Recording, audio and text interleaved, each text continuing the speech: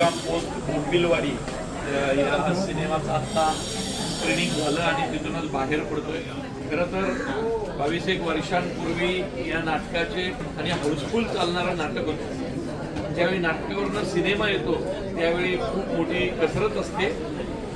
ती अत्यंत यशस्वीरित्या पार पडली आहे. तोच धमाल, तीच उत्कंठा आणि हिटलर हा मुळात खूप चर्चेचा म्हणजे अगदी या देशातलं कुठल्याही ग्रामीण भागातलं गाव असू दे नाही तर शहर असू दे, हिटलर माहीत नाही असं गोष्ट नाही. पण घाबरवणारा हिटलर ज्यावेळी तुम्हाला हसवतो पोट धरून, ते हसणं खूप महत्त्वाचं असतं. आणि अभिनयाचे एकापेक्षा एक हुकमी एक्के चित्रपटात आहेत आणि लेखन दिग्दर्शनात ज्याला आम्ही आमचा आदर्श मानतो आता परेश मोकाशीनी पुन्हा एकदा धमाल केलेली आहे. त्या तुम्ही बघाच, कारण हिटलर कितीही क्रूर असला तरी कोकणाच्या बोंबिलवाडीत आल्यावर तो मुक्काम पोस्ट बोंबिलवाडी बऱ्याच वर्षांनी मराठीत कसं प्रत्येक सिनेमाला काहीतरी म्हणायचं असतं, पण लोकांना काय म्हणायचंय असं सांगणारा सिनेमा खूप कमी वेळा येतो.